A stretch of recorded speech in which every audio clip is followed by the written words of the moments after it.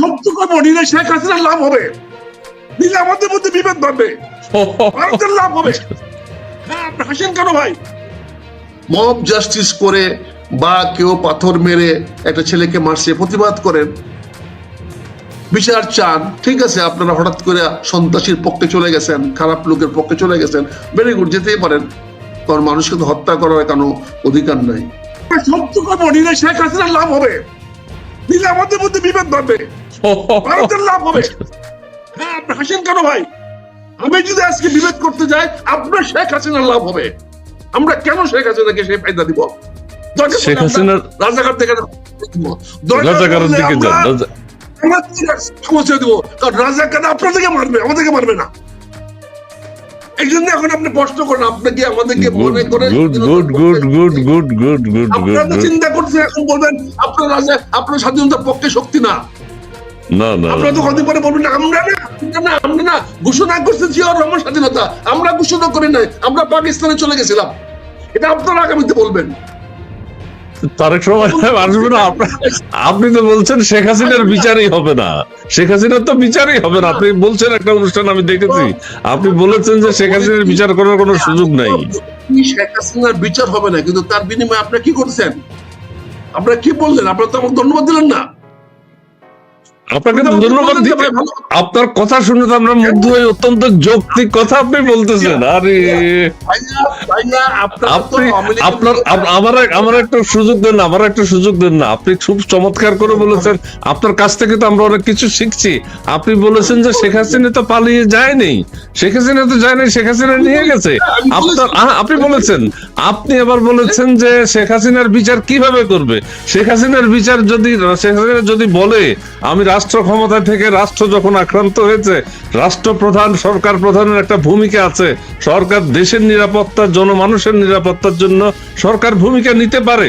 সেই কারণে আপনি বলছেন শেখ হাসিনা যদি আদালতে এসে বলেও বিচারক তো কোনো উত্তর দিতে পারবে না, শেখ হাসিনা আসবে না, একমাত্র কারণ যে মব ভায়োলেন্স করে যদি শেখ হাসিনাকে মারা যায়, হত্যা করা যায়, সেটা হয়তো হবে।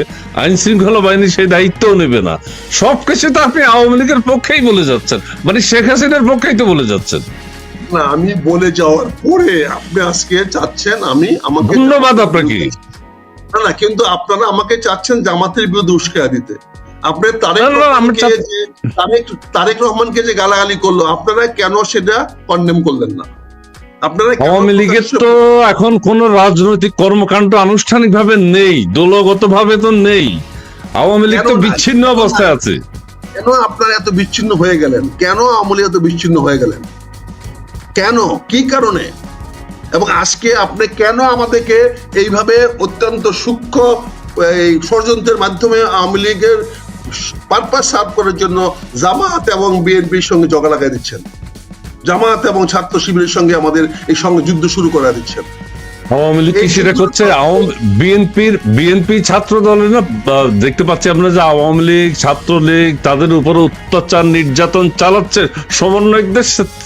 সমন্বয়কদের থেকে বেশি এখন বিএনপি আওয়ামী লীগের উপর নির্যাতন চালাচ্ছে। বিএনপি আওয়ামী লীগের নেতা কর্মীদের ধরে ধরে থানায় দিচ্ছে। বিএনপি আওয়ামী লীগের নেতা কর্মীদের উপর মব ভায়োলেন্স চালাচ্ছে।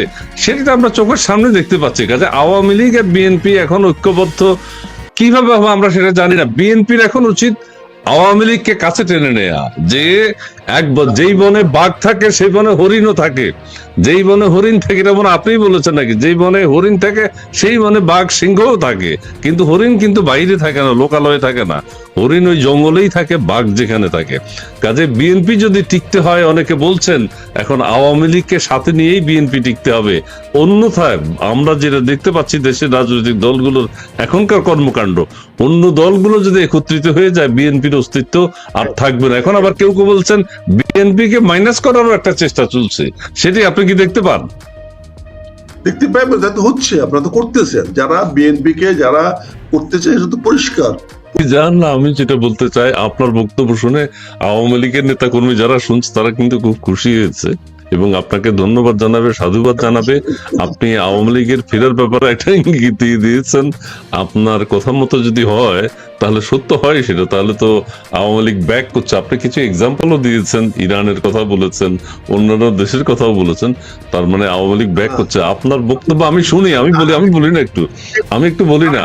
আপনি যে এক মিনিট ভাইয়া, জি আজকে যদি আমি জামাতের বিরুদ্ধে লড়ি, ঝগড়াতে নামি, জি, অস্তিত্ব আমারও থাকবে না, অস্তিত্ব জামাতেও থাকবে না।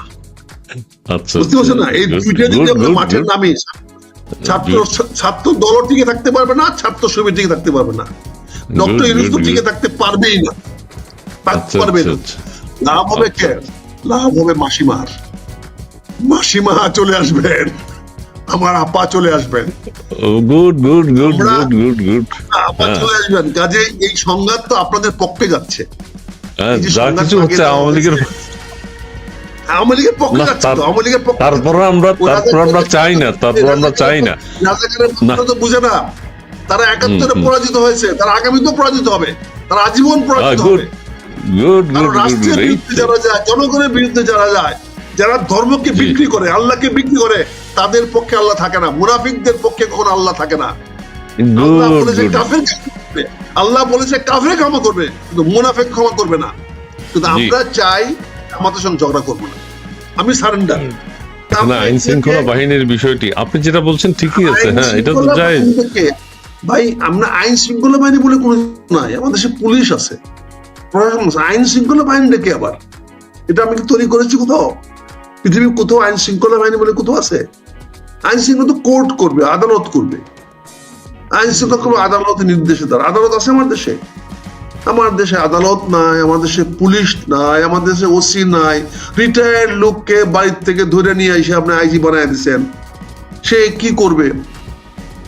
এই পর্যন্ত কতগুলো আইজি জেলে গেছে।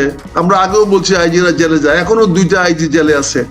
আরো যে কয়টা আইজি জেলে যাবে আল্লাহ মালুম। বলেন, এখন বলেন। এখন আমার বন্ধুরা বিএনপি লীগকে বলছেন শত্রু। কেন বলছেন? তারা সাহস পাচ্ছেন কেন? তারা কেন পাচ্ছেন?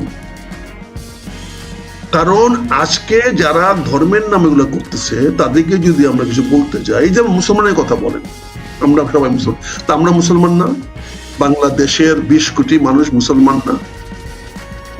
তাহলে আমাদেরকে সৌদি আরবে হজ করা কি আমাদের জন্য ফরজ না? তা আমার জন্য যদি ফরজ, জনগণের যদি ফরজ হয়ে থাকে, তা আমাকে কাবা শরীফ জিয়ারত করতে আমার পাসপোর্ট ভিসা লাগবে কেন? পুরো সৌদি আরবে ভিসা লাগে? ওটা সৌদির দেশ হয়ে গেছে, তাহলে আল্লাহর দেশ, তাহলে আমি কেন যাব সেখানে আমি জিয়ারত করতে? তাহলে এই যে জিনিসগুলো আমরা করতেছি, আমাকে যখন পাকিস্তানিরা মুসলমান হিসেবে মারছিল, তখন এই মুসলমানদের মনে ছিল না?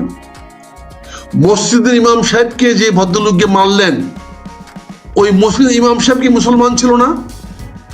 দুইজনই বেহেশতে যাবেন, আপনার কথা, দুইজনই বেহেশতে যাবেন। এখন আজকে হয়েছে কি, আজকে দেখেন, এটা আমাদের দুর্ভাগ্য। প্রধানমন্ত্রী শেখ হাসিনাকে আমরা বলেছিলাম যে আপনি আমাদেরকে বিপদের মধ্যে ফেলে দিয়ে সারা বাংলাদেশের মানুষকে আজকে এই রাজাকারদের সামনে ফেলে দিয়েছেন, স্বাধীনতার বিরোধীর সামনে ফেলে দিয়েছেন। যারা আজকে মসজিদের ইমাম যার কাছে নিরাপদ না, বলেন। আজকে ঢাকা ইউনিভার্সিটি যে সমস্ত ছেলেরা যে ভাষায় কথা বলছে, তারা কি বিশ্ববিদ্যালয়ের ছাত্র কিনা আমার তো সন্দেহ আছে। এখানে যারা যুদ্ধ বাঁধাতে চায়, এই যুদ্ধের জন্য আমরা দেশে আছি। আমরা যুদ্ধ করে বাঁচবো, না হলে মরবো, আমরা আছি।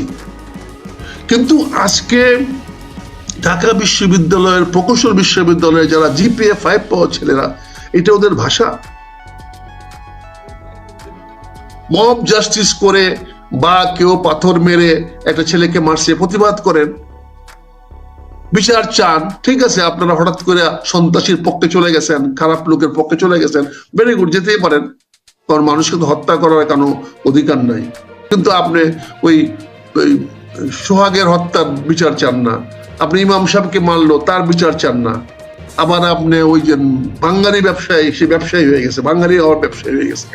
বলেন, এখন সবাই বলেন ব্যবসায়ী, বাঙালি না, ব্যবসায়ী না, সেটা হচ্ছে মানুষ, তো একজন মানুষ, তো তারও তো পিটিয়ে মারা বা হত্যা করা প্রচলিত আইনে। এই যে খন্দকার ইলিয়াস কি বলছে, আমি কি এত এত দরদ মানুষের, এত দরদ আপনাদের মানুষের জন্য, তো আপনার গুলি করে মারছিলেন কেন? তো মানুষ শেখ হাসিনা জিজ্ঞাসা করেন না কেন? এত মানুষের জন্য এত দরদ আপনারা, ভাই এত সুন্দর করে বলতেছেন ওরা তো মানুষ, তা ওরা মানুষ ছিল না আপনার শেখ হাসিনা যখন গুলি করে মারছিল? এখন বিগত সরকার যা করেছে সেটার কিছু কিছু বিচার হচ্ছে।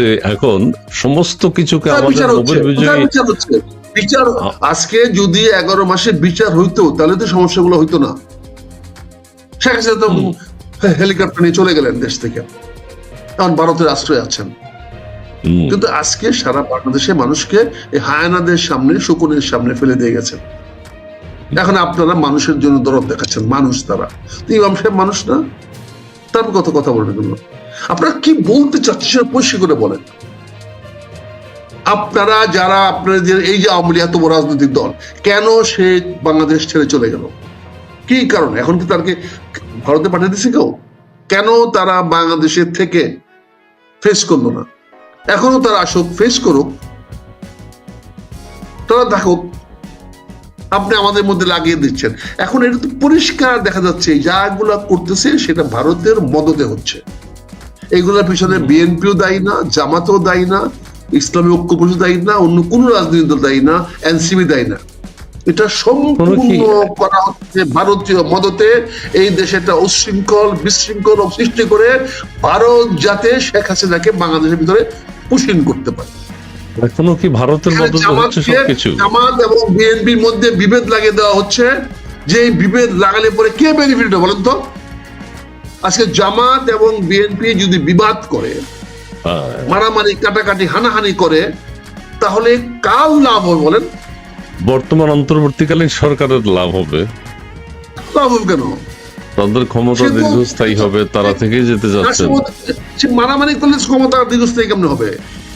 ক্ষমতা হচ্ছে তো সারা দেশে যা হচ্ছে, ওনারা ক্ষমতায় আছেন।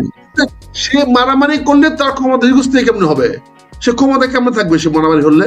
তো মারামারি থাকতে পারলো না। জামাত আর বিএনপির কথা বলছে। এখন যদি জামাত এবং বিএনপি মারামারি করে, তাহলে মারামারি কি ওই যমুনা যাবে না? একবার যমুনা থেকে লাত্তি খাইছে না, একবার যমুনা মারছে না লাত্তি, এনসিপি লোকেরা মারছে না? তো বলেন, কাজে আপনারা এটা কে করতেছেন? এটা পরিষ্কার জলপথ তরলম। এটার জন্য দায়ী আপনি যে বক্তব্যটা দিলেন সারা বিশ্ব আলোড়িত হচ্ছে, তাতে তো বোঝা যাচ্ছে যে আপনারা এটাকে কোথায় নিয়ে যাচ্ছেন। এই যে বলল পুলিশ কি মানুষ ছিল না? হ্যাঁ, এই পুলিশকে কেন হত্যা করা হলো? এই পুলিশকে কেন হত্যা করা হলো নামে? কেন হত্যা করা হলো একটু বলবেন প্লিজ? তাহলে বলেন এই বিচার কে দিবে, কে করবে? আপনি বিটিআর হত্যার জন্য কান্নাকাটি করেন, পুলিশ হত্যার জন্য কান্নাকাটি করেন না কেন? আপনি এই যে এতগুলো সরকারি বাংলাদেশের জনগণের সম্পদ পুরানো হলো, এটার জন্য আপনি কথা বলেন না কেন? হ্যাঁ, সবাই বলছে ওই সময় একটা জঙ্গি হামলা হয়েছে, পুলিশকে হত্যা করলো কারা। আমি যে কথাটা বলতেছি আপনি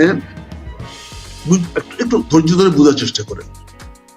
আজকে এই মুহূর্তে হঠাৎ করে ঢাকা বিশ্ববিদ্যালয়ের বুয়েটের ছেলেরা, ঢাকা বিশ্ববিদ্যালয় বুয়েটের ছেলেরা রাত্রের বেলায় মিছিল বের করলো। সেই মিছিলে তারা তারেক রহমানকে অকথ্য ভাষায় গালাগালি করলো কেন? এই গালাগালি যদি করে তাহলে কি হবে? স্বাভাবিকভাবে এটা জামাতের নামে যাবে, জামাত করেছে। কিন্তু জামাত তো করে নাই। জামাতের আমির তো বলছে তারা করে নাই, ছাত্র শিবির বলছে তারা করে নাই। তাহলে কারা করলো? কারা করাচ্ছে? যারা ইউএসএআইডির কাছ থেকে টাকা নিয়ে $29 মিলিয়ন নিয়ে রিজম চেঞ্জ করতে পারে, আরো যদি 29 মিলিয়ন যদি ভারত কাউকে দেয়, তাহলে তারা আরেকটা রিজিম চেঞ্জ করবে না? আরেকটা রিজিমকে এস্টাবলিশ করবে না? ভারত কি বাংলাদেশে 30, 40, $50 মিলিয়ন ইনভেস্ট করার মতো তার স্বার্থ আছে না? সেই স্বার্থ সে ব্যবহার করতে পারবে না? ভারত কি এখনো এত শক্তিশালী বাংলাদেশে? কে? ভারত ভারতের কি ভারতই তো এখনো এত বাংলাদেশ প্রাধান্য? ভারত ছাড়া আর কে হুঁকছিল বাংলাদেশে বলেন? ভারত ছাড়া বাংলাদেশ হুঁকছিল কি? একমাত্র ভারত তো সবার অভিভাবক, সবাই সর্দার তো এখানে ভারতেই। ভারতকে তো আমরা এই- পাত্তাই দিচ্ছি না, ভারতকে তো আমাদের সরকার পাত্তা দিচ্ছে না, ভারত তো আমাদের